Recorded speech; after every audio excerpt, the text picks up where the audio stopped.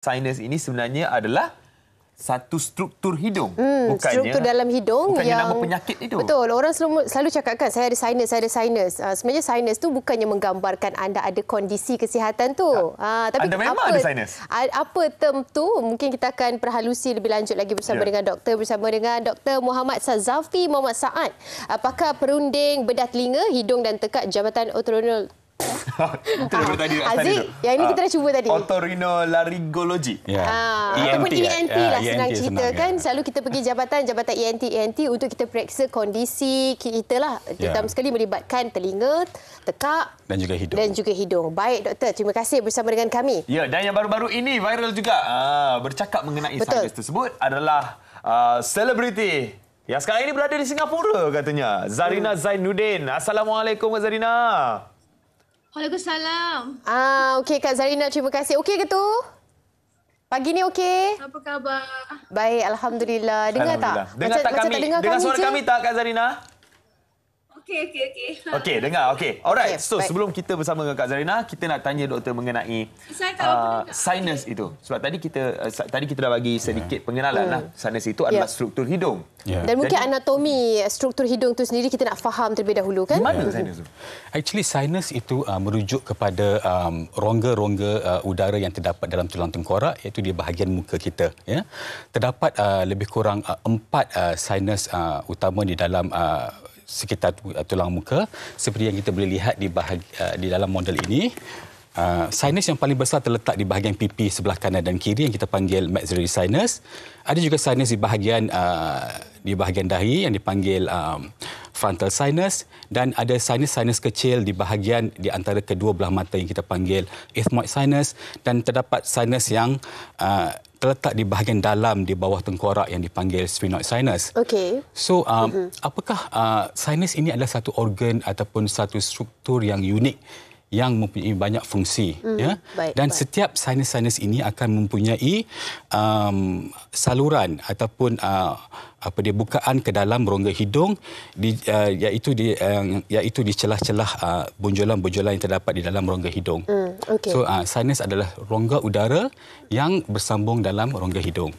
Okey, itu yang kita faham terlebih dahulu kan. Bukannya ianya satu terma penyakit lah. Tapi apa sekalipun, kalau mungkin kita nak gambarkan dalam bahasa yang lebih mudah, kita selalu cakap kita ada resdung. Saya ada resdung. Betul tak? Itu yang fahamlah, kita faham tentang termsnya berkaitan dengan masalah yang berlaku di rongga hidung dan sebagainya. Jadi ada juga kondisi-kondisi yang di mana mereka katakan ada perbezaan sinus ini dengan alergi. Bagaimana doktor nak kongsikan?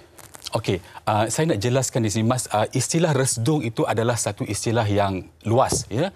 Ia merangkumi alahan hidung dan juga jangkitan ataupun radang sinus. Okey.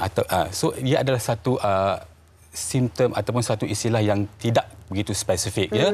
Ada pasien yang datang, pesakit datang ke klinik mengatakan, doktor, saya ada masalah resdung, ya.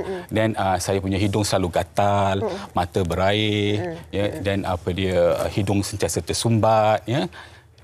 Tapi ada juga pesakit lain yang datang mengatakan yang dia orang mengalami masalah seperti sakit di bahagian kepala, sakit di bahagian muka apabila tunduk, tegang leher, and then dia nafas berbau, hingus, mempunyai lendir-lendir yang berwarna kuning dan kehijauan.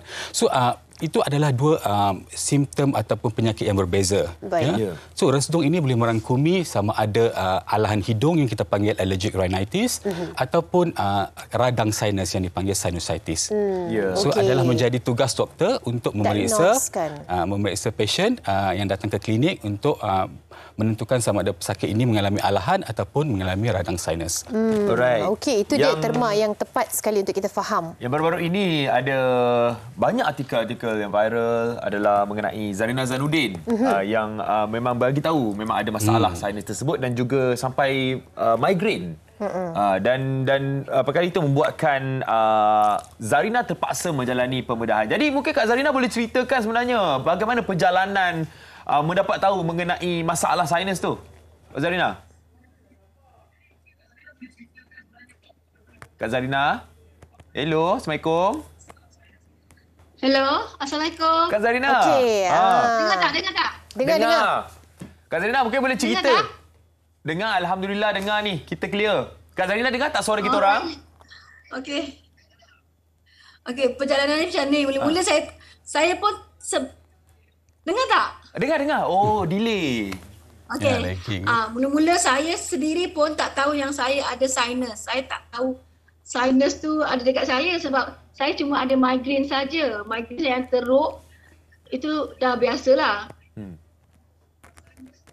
Okey, teruskan je Zarina. Bila saya pergi satu tempat tu, saya pergi naik satu tempat tu tinggi.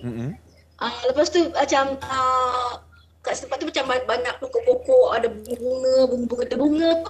Terkena kat muka saya macam gatal-gatal. Saya tak rasa lah benda tu akan mengakibatkan akan bengkak muka saya mula. Lepas tu bila saya tengok tak surut-surut, saya pergi jumpa doktor. Doktor kata saya ada sinus. Jadi sinus saya tu rupanya bila doktor teropong ke dalam hidung saya tu, dia kata benda tu dah teruk, dah macam dah lama kat situ. Jadi saya kena buat operation. Bila saya buat operation tu, bengkak lah muka saya, makin bengkak, makin teruk, dah tak jadi rupa saya, tak jadi rupa yang asal. Itu yang orang ada macam-macam lah.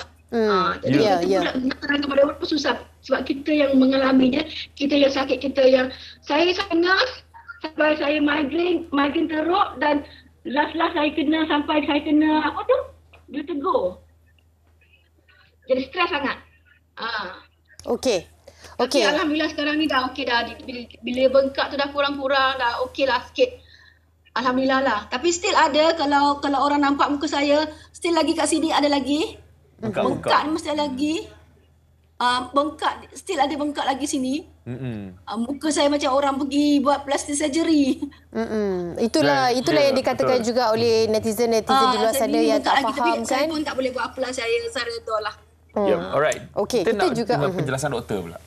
Ya, okey. Berdasarkan simptom-simptom yang diberitahu oleh Puan Zarina, saya rasa Puan Zarina mengalami masalah yang dipanggil alahan hidung, ya, di mana dia memberitahu apabila berada di tempat yang tinggi dan terdedah kepada debunga ataupun hama, ya, simptom itu akan lebih teruk, ya. Itu adalah simptom-simptom tipikal alahan hidung yang dipanggil allergic rhinitis, ya. Ya, tetapi pada masa yang sama Puan Zarina juga mengalami masalah migraine ataupun sakit kepala. Oh, itu bukan disebabkan oleh alergi tersebut? Ya, allergic rhinitis selalunya tidak menyebabkan migraine, ya. Tetapi radang sinus yang tidak terkawal ataupun yang tidak diubati boleh menyebabkan migraine. So saya rasa Puan Zarina mempunyai kombinasi di antara alahan dan juga radang sinus yang kita panggil chronic rhinosinusitis. Okey. Ada juga bila saya pergi baru-baru ni jumpa doktor kan, anak saya ada eczema. So antara yang doktor kabarkan kat kita, adakah awak mempunyai restung, awak ada sinus ke sebelum ni? Saya cakap memang setiap pagi kalau bangun tu saya akan selsema. Dia sampai waktu petang ke malam tu dia akan elok sendiri. Saya cakap memang itu keadaan saya, kondisi saya.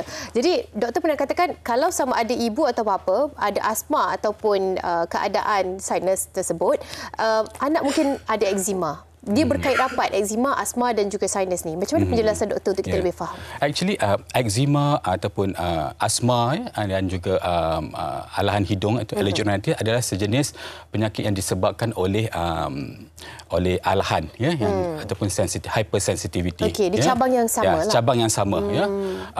Ia selalunya berkait rapat dengan keturunan ataupun genetik, ya. Jika kedua-dua ibu bapa mempunyai masalah alahan, kemungkinan besar anak pun akan mengalami masalah yang sama, ya. Berdasarkan simptom yang Puan Hani bagi tahu tadi, memang dia tipikal, ya, untuk pesakit yang mengalami alahan hidung iaitu allergic rhinitis, dia akan komplain, ya, setiap pagi bila bangun tidur akan bersin, ya, hidung sentiasa berair, lagi-lagi ya, kalau tidur dalam gatal aircon. mata, ya, betul, ya. Benda-benda itu akan menyebabkan simptom hidung itu semakin teruk. Berbeza dengan berbeza dengan radang sinus di mana ia tidak dipengaruhi oleh faktor-faktor alahan ataupun perubahan suhu. Okey, jadi kita nak tanya Kak Zarina pula ni mengenai rawatan-rawatan yang perlu dilalui oleh Kak Zarina selepas ini. Sebelum ini dah terpaksa buat pembedahan. Jadi adakah selepas ini ada rawatan lanjutan lagi Kak Zarina?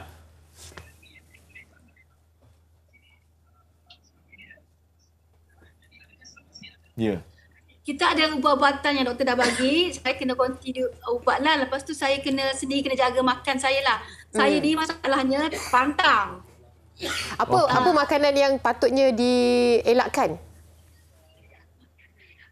Sebab saya rasa makanan tu sedap.